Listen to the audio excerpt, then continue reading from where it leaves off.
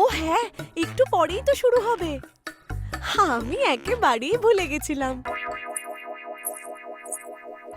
Serial চালু হতেই শাশুড়ি আর বৌমা হাঁ করে টিভি দেখতে লাগলো। সিরিয়ালের হিরো মন্দিরের সামনে গুন্ডাদের হাত থেকে হিরোইনকে বাঁচাতে গুন্ডাদের তুমতাম মারতে লাগলো।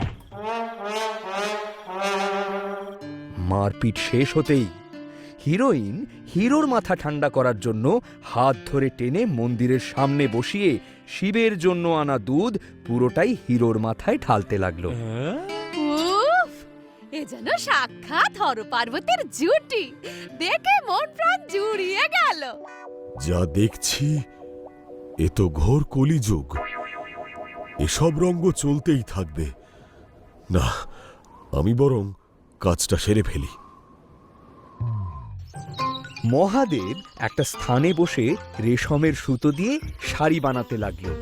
বিকেল গড়িয়ে সন্ধ্যা নামলো, তখন শাড়ি বানানো প্রায় শেষের দিকে।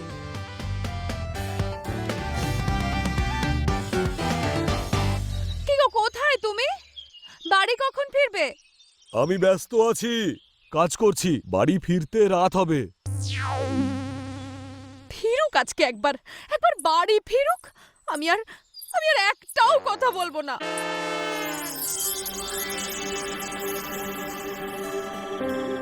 যাক বাবা, ঠিক সময় পৌঁছে গিয়েছি।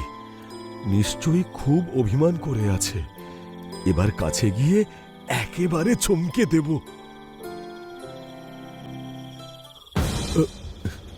কিন্তু এ কি, এত অন্ধকার কেন?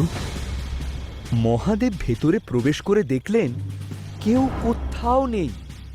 সবাই কি রাগ করে কৈলাস ছেড়ে চলে গেল নাকি? কাউকেই তো দেখতে পাচ্ছি না।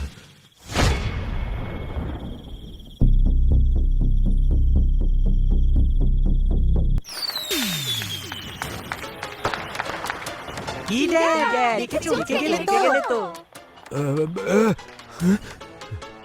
হ্যাঁ, তা একটু চমকে গেলাম বটে।